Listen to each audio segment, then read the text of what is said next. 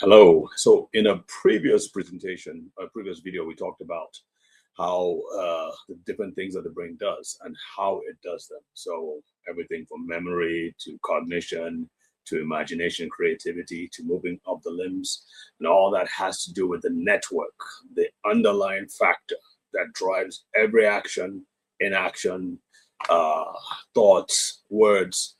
The network, what drives that is the network, is the brain's circuitry.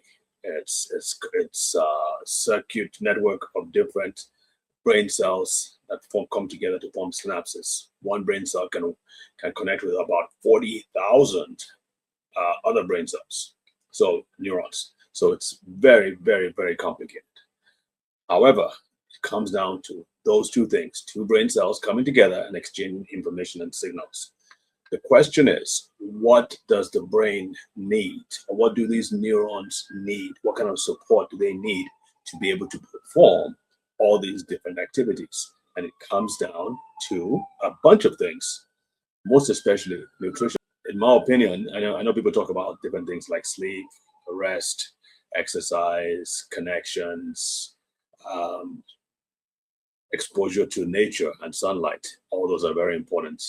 But I guess I'm biased, but I think I have a good reason to be, because in the final analysis, what makes the brain, what helps with its function, its protection, its structure, the actual physical structure of the brain depends on resources or raw materials to be able to stay alive, to repair itself, and to do the functions that it needs to do. But we're going to go into a comprehensive list of all the different things that the brain needs. So I'm just going to share. Yes, I am sharing my screen, as a matter of fact. So I'm just going to go ahead and focus on that screen a little bit more. So what the brain needs, part one. We're going to go into other things in part two. So I came up with this. If your brain could speak, what would it say? It would say a bunch of things. I have about 12 things. It's probably not comprehensive enough, but these are the 12 things that we can all understand. Most basic thing, obviously, is oxygen. The number one need the brain has is oxygen. How long can it survive without it? That is, if blood flow is cut off, zero oxygen coming to the brain, no more than 10 seconds. So by far, it definitely needs that. Water needs, nutrition needs. We'll go into that in more detail. Movement needs. It's got to move. As a matter of fact, to tell you what, we have a diagram here that we can look at. There you go. This is probably a better way to look at it. So on the left side, it's talking about actual physical needs. So everything from physical or chemical needs, everything from oxygen to water to sunlight. We talk about that a lot, especially for we Black people. We need more exposure to sunlight because our black skin, which has melanin, tends to block. Well, everybody has melanin, but we have much more comparatively, and that tends to act as a sunscreen to block out the rays of the sun that make vitamin D. We need to be out in nature. This city life has done a lot of harm to us.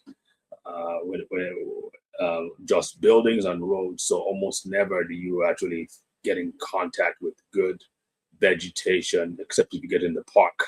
Baltimore has a large park called Patterson Park. It used to be among the top 5 in the country.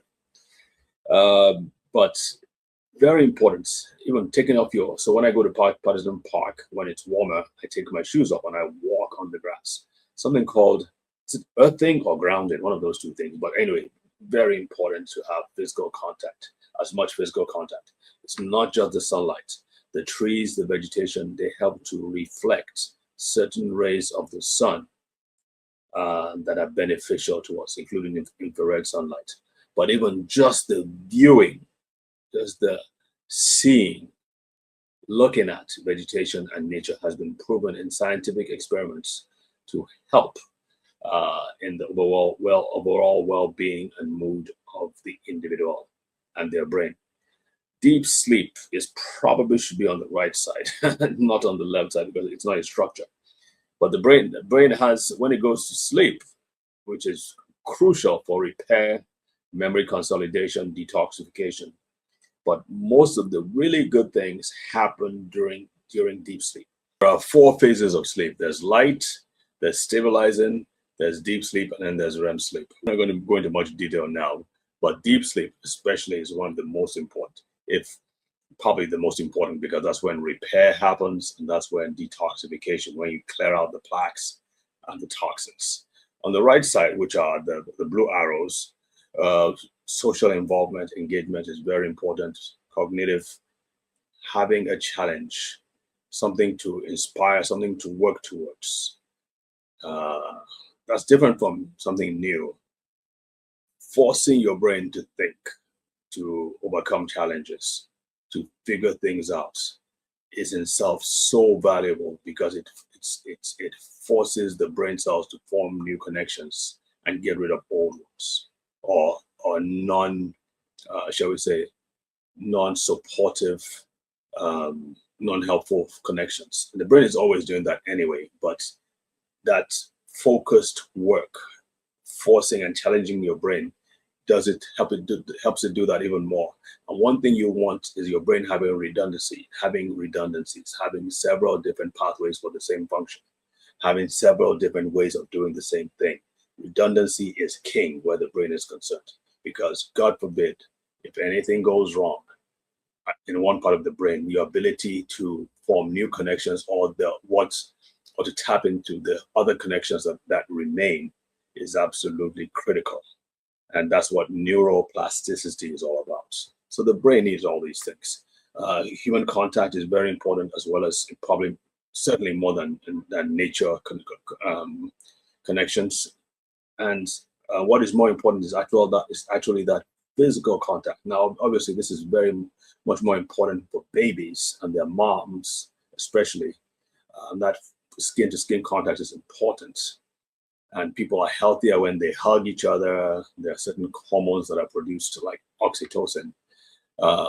So many good things come out of physical contact and being in close proximity to other people. I hope that's not a redundant statement. Being close to other people and being proximity. Anyway, being in good physical contact with people you love and respect, very, very important. And of course, we cannot proceed without talking about speech. Words, the ability to use words, understand words, to manipulate words, to create words is probably, in my opinion, it actually is the crowning feature that separates man from the beasts. And I think ability to use words, people who have learned how to use words the most, in my opinion, I mean, history can surely bear it out. They're the ones who have the greatest civilizations. So speech, listening to words and hearing and speaking words helps to develop your brain. In fact, it can be argued that being able to hear words and hear and interpret develops your brain more than just having sight and not being able to hear. Now, obviously, you're more independent if you can hear but can't. If you can see but can't hear. But if you can hear but cannot see, that seems to have, especially for those who have developed and who have been able to learn how to read with Braille, they tend to have, because of the speech aspect. Because what happens when you lose your sense of hearing is that you also lose your sense of speech, especially if it happens at a much earlier stage in life. So, of course, I'm not trying to say being blind is better than being deaf. I'm not trying to say that. But in terms of brain development, it seems as if being deaf has a greater impact on the brain development than being blind. So I'll leave it at that. But because one is like a twofer. Being deaf causes speech problems. Being blind just means you're blind. You have the other four senses, but it doesn't affect your speech. But being deaf definitely causes speech problems, and that is very, very important. In the next video, we're going to be talking about the one overriding need, which of course is energy. We've just basically done an overview. These we can't go into major depth. Each of these needs of the brain. Let me go back to this. Each of these needs of the brain is an entirely different talk over an hour. Could be an even entire workshop weekend. So this is just to get you thinking, to get you to look for things, and also it acts like a scorecard. For example, it helps you say, okay, where am I missing? What do I need to work on? What areas am I falling behind?